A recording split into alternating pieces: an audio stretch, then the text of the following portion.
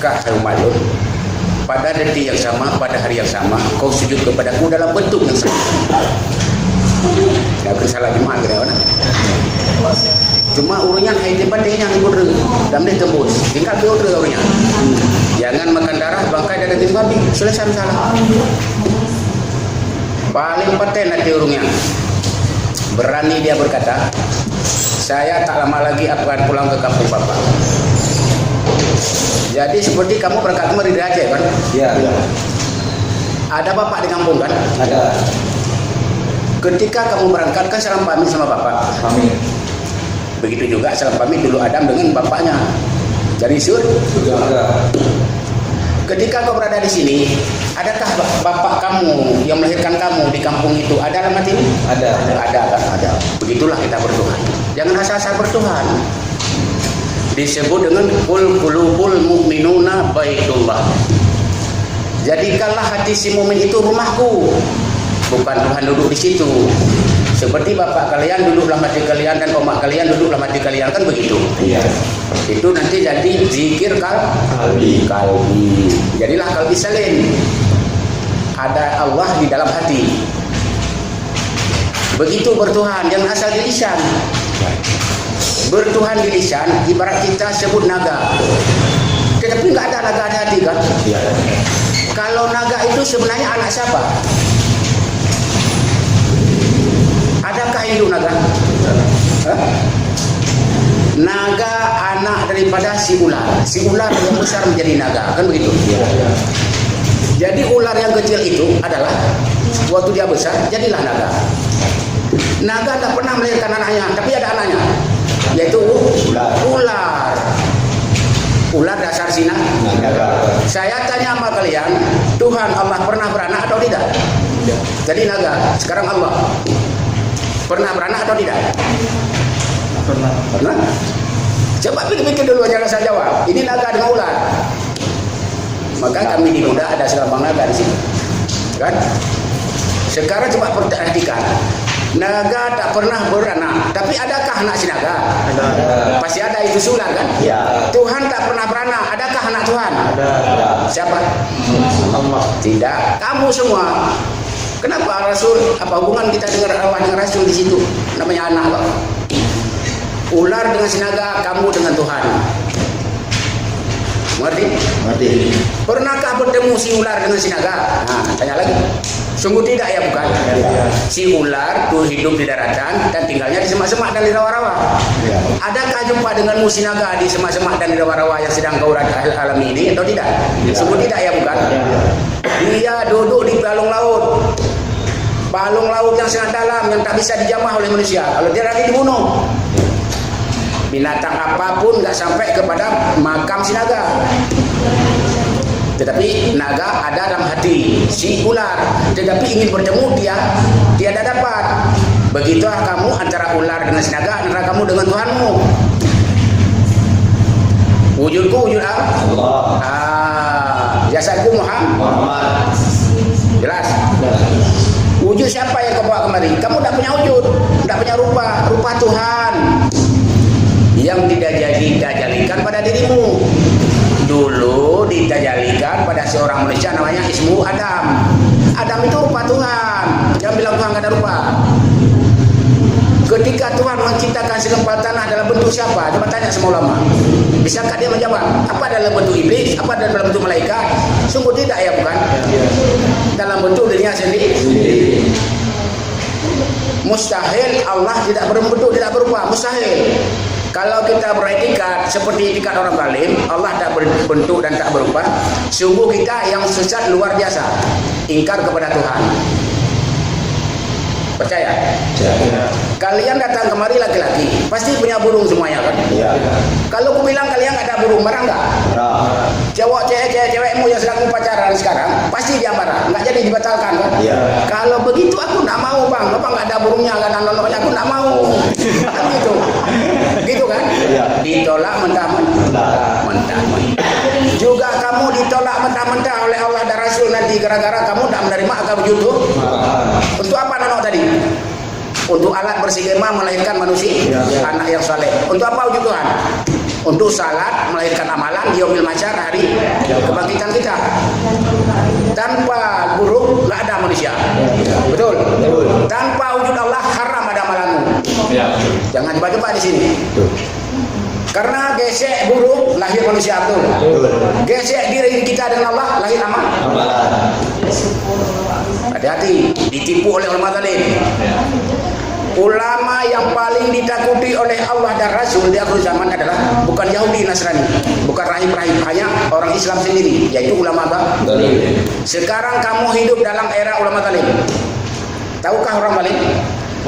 Tidak kan? Dia bodoh, tetapi membodohi kamu lagi. Dia sesat, kamu disesatkan lagi. Dia nggak tahu sesat, karena udah disesatkan oleh nenek moyangnya. Dari mana dasar mereka sesat? Nah, mari kita ketahui. Yang mengajarkan mereka itu adalah ulama-ulama mereka yang berpegang kepada Al-Quran dan hadis. Hadis benar dari Rasulullah kan? Dan Al-Quran firman itu benar dari Allah kan? Tafsirnya. Nah, dari tafsirnya kan bukan Tuhan yang tafsir Al-Quran, bukan juga Rasul kan? Si manusia yang berkeyakinan ABC, berbeda keyakinan, lalu mereka duduk berpendapat, beginilah kita terjemah. Kan hasil survei mereka, hasil kepandaian mereka, keyakinan mereka, lalu kita ramai-ramai baca. Kalau dia benar, benarlah kita. Kalau dia salah, jelas kan? Di sini harus fokus di dalam membaca ayat-ayat firman Tuhan. Itu bahasa Arab kuno, bahasa Quraisy. Kenapa bahasa Quraisy Al-Quran itu? Karena Muhammad lahir di tengah-tengah bangsa Quraisy. Maka Tuhan berbahasa bukan bahasa Tuhan itu, bahasa orang Quraisy dipakai oleh Tuhan. Sekiranya Rasulullah Muhammad lahir di Aceh, Al-Quran bahasa apa? Sekiranya Muhammad lahir di Mandailing Natal, bahasa apa Al-Quran itu? Juga seterusnya kan begitu. Maka kita ketahui Al-Quran bahasa apa? Yang bukan bahasa Quraisy hanya satu dan dua, lain tak ada. La ilaha illallah Muhammadar Rasulullah dan Bismillahirrahmanirrahim. Dan itu bukan ayat Quran. Jangan ulama membilangi Bismillahirrahmanirrahim ayat Quran, itu tidak. Sebelum alam ini ada, Bismillah sudah dulu ada. Kapan lahir Bismillahirrahmanirrahim? Ketika perjumpaan antara Allah dengan Muhammad. Lalu sang Allah ini belum ada bentuk. Allah belum berbentuk, Muhammad belum berbentuk, dan saya belum berbentuk waktu itu. Lalu sang Allah Bapa kita di surga bertanya kepada ruh sekalian, ruh itu ruh Muhammad, wakilinya, penghulu segala ruh. Kalau sudah ruh pasti ruh Muhammad, nggak lain. Walaupun Yesus Kristus yang jadi dari Al-Qudus, tetap ruh Muhammad. Tiada ruh selain pada ruh Muhammad, tiada nur selain nur Muhammad, dan tiada wujud selain wujud Muhammad. Siapakah Muhammad itu? Yang bacakan kalian kemarin, awal Muhammad disebut apa? Akhir Muhammad disebut Roh. Awal Muhammad disebut Roh. Akhir Muhammad disebut Nurah. Awal Muhammad disebut Nurah. Akhir Muhammad disebut Jasmani. Siapakah Muhammad itu yang sebenarnya? Cari Muhammad dulu baru cari Tuhan. Sirullah, Sir Muhammad, ada pisah di situ. Sirullah, Sir Muhammad. Ada pisah? Mana ada pisah? Sirullah, Sir Muhammad. Ini contoh. Ini punyamu, ini punyaku. Ada pisah? Tidak bisa. Sirullah, Sir Muhammad. Sirullah itulah Sir Muhammad. Mengerti? Mengerti. Jangan pisahkan Allah dengan Muhammad. Tak berpisahkan dia walaupun dah menjelma kepada manusia. Itu kan propaganda saja. Kita punya anak. Ini anak kita namanya si Fulan, si Anto lah kita bilang. Ketika kita tanya sama omahnya, ini anak siapa? Ya anak saya katanya. Yang ayahnya anak siapa? Ya anak saya. Anak siapa yang sebenarnya? Dua, satu milik yang dua pada bahasa, tapi dia satu. Yesus Kristus nggak ada. Muhammad turun pertama, diberi nama Yesus Kristus. Yesus Kristus turun kedua, diberi nama Muhammad. Dua-dua itu enggak ada. Yang ada tuh jelmaan dia itu. Jangan salah kamu bertikai di muka bumi. Jelas? Jelas. Ayah oma enggak ada, yang ada anak. Hasil ayah oma jadilah anak, kan begitu kan? Kan propaganda namanya. Jadi Yesus Kristus dan Muhammad propaganda itu apa dalam bahasa kita sekarang di dunia? PLT. Tahukah PLT kamu? Pelaksanaan tugas. Jadi mereka itu penjabat yang menjabat tugas-tugas Allah. Sebenarnya Allah yang berhak berceramah di muka bumi mengajarkan umatnya sendiri. Karena Tuhan Maha, dah. Diciptakanlah dirinya satu lagi. Namanya orang Maha. Maha kamu buat anak lagi ke buat kamu juga. Maha kamu pada yang berbuat anak dengan Tuhan Nabi. Jadi di situ Tuhan membuat Tuhan lagi, maka lahirlah Tuhan Yesus. Ketika Nasrani menyebut Tuhan Yesus, kamu jangan geleng-geleng kepalanya bilang itu salah. Tuhan Yesus juga tuh, tapi yang diciptakan oleh Tuhan Allah. Mengerti? Jangan nggak ngaku Tuhan Yesus itu salah. Itulah kita kekacauan dalam dunia. Sehingga pada ucapan hari Natal dan Tahun Baru nggak boleh ucapkan kata Muslim. Itu Muslim goblok. Besok-besok jangan lagi bertikai gara-gara ucapan selamat Natal dan Tahun Baru. Ucapkan. Yang lain itu bukan anjing. Nabi kalian semua la nufarriqu baina ahadin min rusuli. Jadi kita harus mengucap selamat Natal dan Tahun Baru. Tahun Baru tahun kita kenapa Tahun Baru kita pakai kalender? Kenapa Tahun Baru nggak ucap? Kan kita ulama. Di rumah ulama kalender. Tahun Baru nggak boleh ucap. Kan gila ulama. Pakai tanggal apa dia kalau pesta apa? Pakai tanggal apa sih ulama itu? Jadi kalau itu kepalanya haram, dagingnya halal. Kan gila pendapatnya. Coba dulu analisa. Haram mengucapkan selamat Natal 22 Maret. Kamu kenapa pakai kalender di rumah? Jangan misalkan 2 kalender. Tahun apa itu?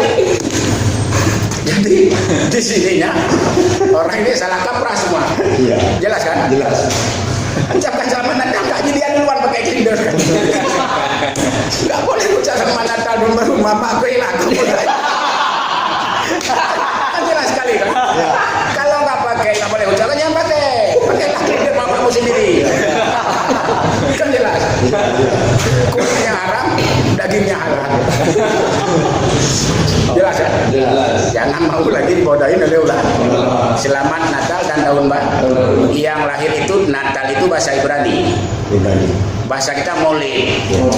Kalau Muhammad saya bukan Maulid. Muhammad tak pernah dia berkata aku dilahirkan, tidak. Ingat hadis. Innama bu'istu. Aku dibangkitkan. Kalau dilahirkan memang setipe dengan kita kan? Yang kita dilahirkan memang. Karena keluar dari rahim semula lahir nyata. Sebenarnya lahir. Itu innama bu'istu. Kenapa enggak dikatakan innama yuladu? Kenapa enggak ada aku dilahirkan? Innama bu'istu. Sungguh aku dibangkitkan kan? Di situ harus jeli memahami kalam Muhammad. Awal Muhammad siapa tadi? Nurani, awal lagi rohani, awal lagi rambah, akhirnya jasmani. Siapa dia yang sebenarnya? Tetapi kita berujuk kepada Allah ta'budu illa.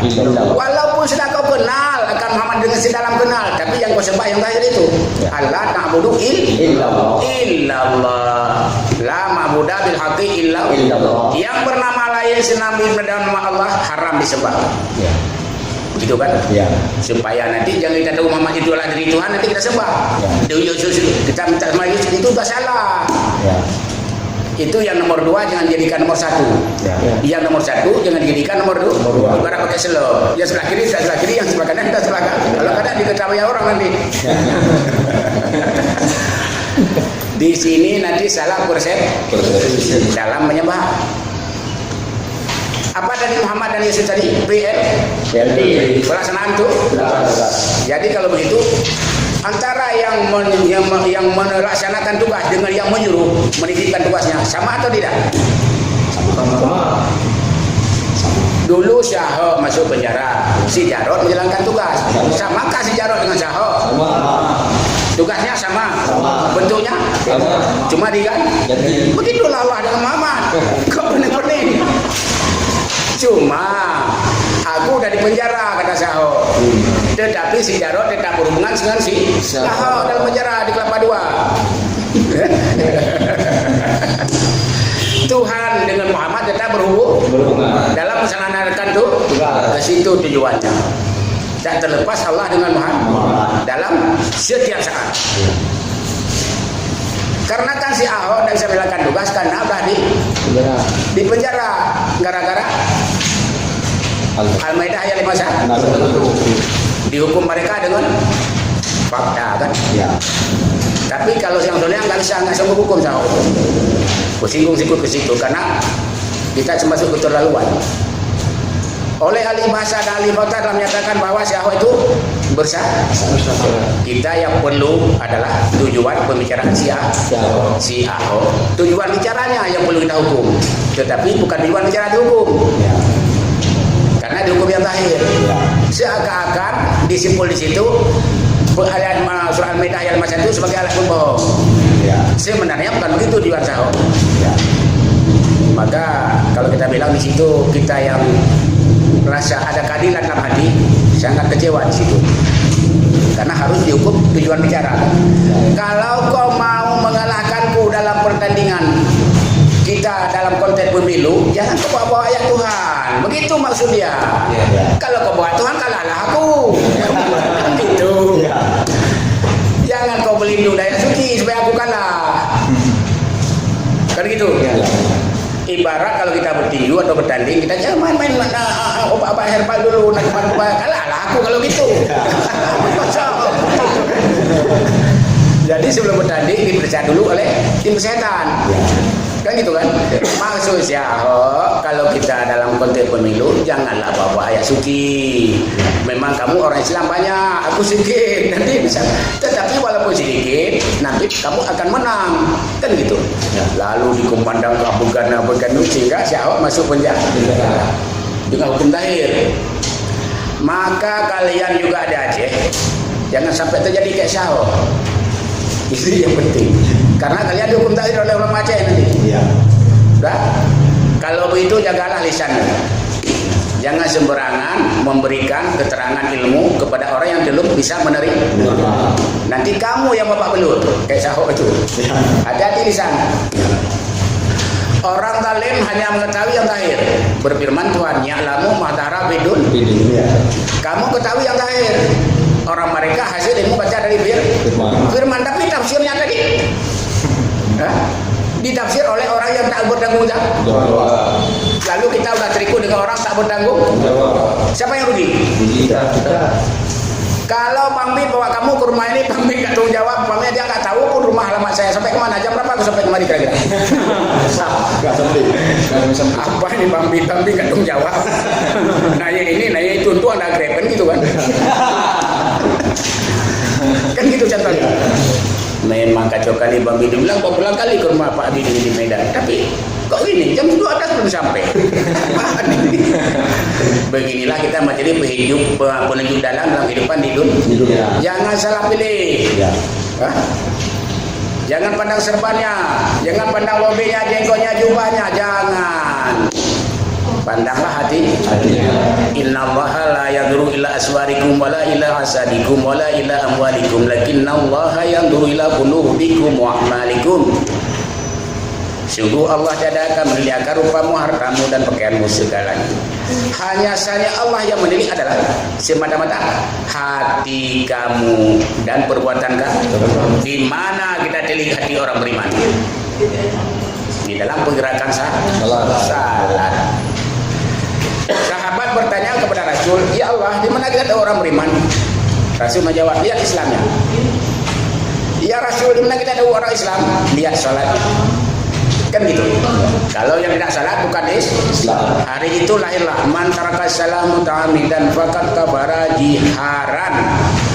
Barang siapa yang sengaja meninggalkan salat 5 waktunya adalah dia kafir dengan sebenar-benarnya kafir. Sudah disempahkan oleh Rasul. Dan di Aceh banyak sekarang orang nggak salah 5 waktu lagi, itu kafir pada syariat. Bila nanti jadi sesuatu masalah dengan berurusan dengan orang-orang lain, nggak cukup keterangannya. Alasan apa kau nggak salah? Jadi kita jangan teriku dengan ajaran yang nggak salah. Nyata kafir tadi kan? Ya. Man taraka salah muta'amidan, faqad kafara jiharan. Barang siapa dengan sungguh sengaja dia meninggalkan salat 5 waktu, nyatalah dia akan Cuma tandanya balik lagi. Apakah yang salah bukan kafir? Ini suruh lagi kan. Udah yang singkat salah kafir, oke. Katakanlah si dia jual, dia marah dia. Kan gitu kan? Ya. Bapak bilang tinggalkan salah, kafir aku udah bertahun enggak salah, apa kafir? Yang salah bukan kafir. Macam mana jawabannya? Hah? Kira-kira macam mana, siapa yang bisa menjawab itu? Boleh juga bapak bilang tadi yang enggak salah, yang meninggalkan salah saya kafir. Bapak yang salah bukan kafir. Ditanya lagi oleh siapa tadi kan? Ya, ya. Macam mana jawabannya kira-kira? Hah? Barang siapa yang menyembah tak bisa dipertanggungjawabkan dalam ibadahnya, bila ditanya nyatalah dia juga kafir. Karena nggak bisa dipertanggungjawabkan. Ya. Pak, baik saya. Yang mana yang Bapak sembah? Allah. Di mana Allah itu yang Bapak sembah? Wallahu a'lam. Kafir juga. Wallahu a'lam. Kalau wallahu a'lam ngapain salah? Yang salah kafir, yang salah pun kan? Jangan wallahu a'lam. Ya. Di sinilah ternyata yang salah pun kafir, yang nggak salah pun kafir. Di mana kekafirannya? Orang yang nggak punya ilmu akan ilmu marifat tentang pengenalan Tuhan tak sahkan agamanya. Di sinilah dia kekafirannya. Maka ilmu marifat pengenalan Tuhan wajib dipelajari, wajib dicari. Jangan sampai kita menjadi Kafir. orang yang nyembah Allah, dia nyembah tikar. Orang mengangkat tangan takbir kepada Allah.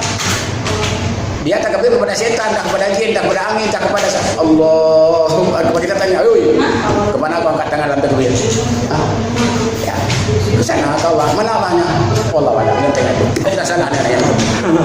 Karena enggak bisa dijawab.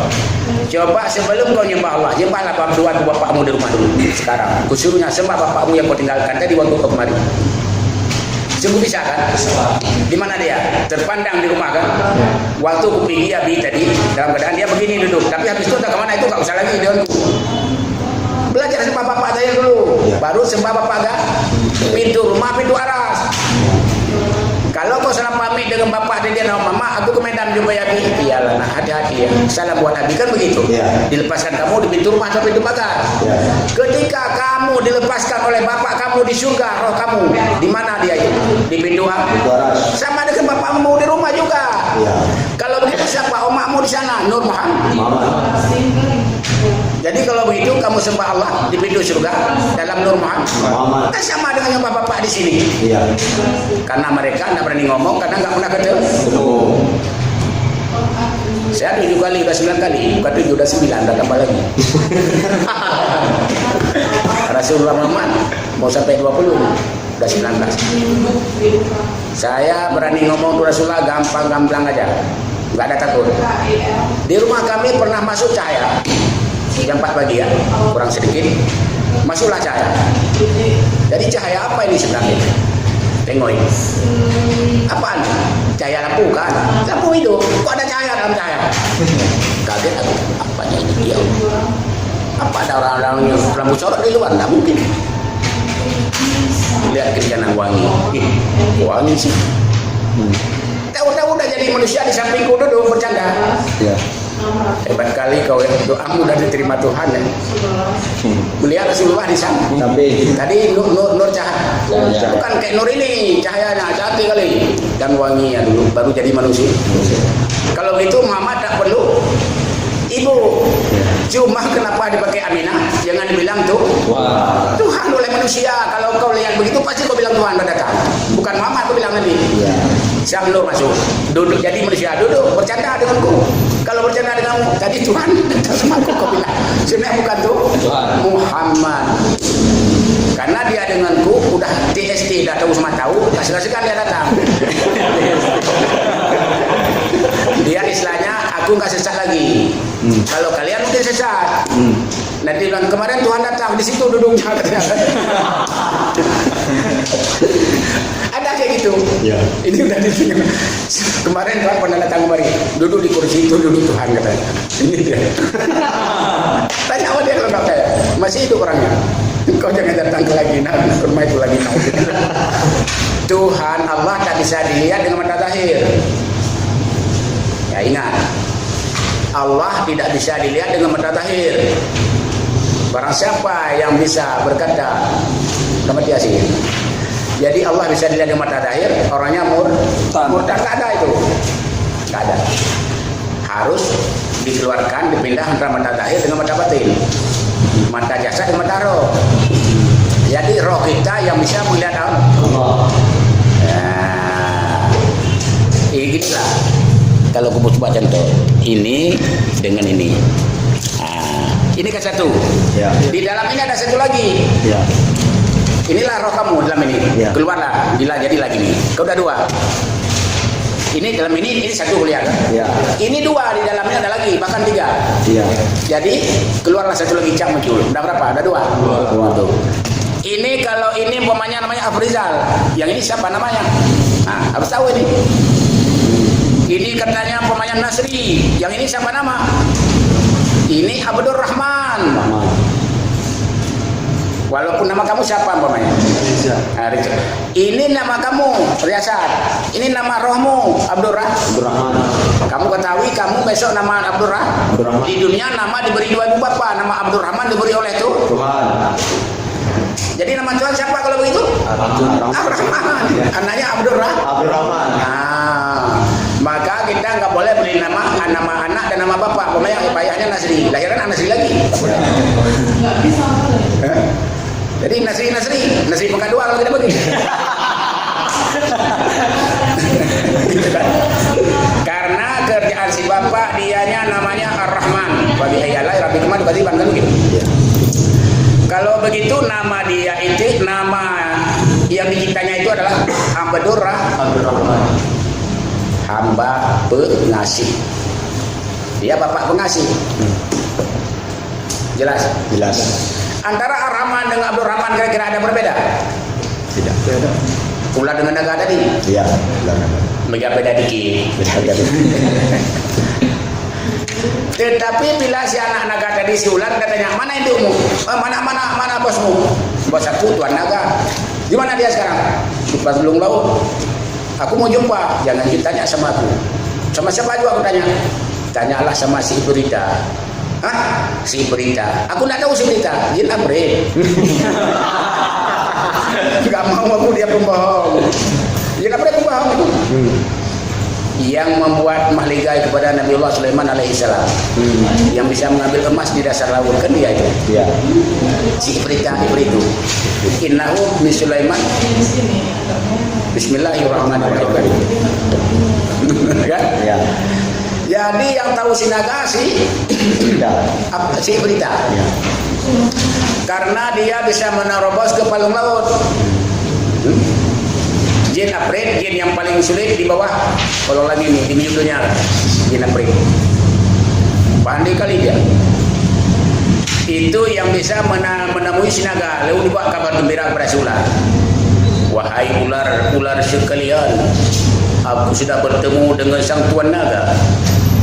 Jadi kalian harus tunduk dan patuh pada sang tuan naga. Kalau tidak, tuan naga akan balik kemari, akan dimakan kau semuanya. Ya, kalau begitu siap kami banyak-banyak. Di manakah dia tuan naga itu? Di palung laut yang sangat dalam, kata Syafri. Siap kami banyak-banyak. Nah, kalau di sini siapa? Datanglah Rasul Muhammad. Kalau di situ tidak berat, karena si naga dengan si ular. Itu Rasulnya kan?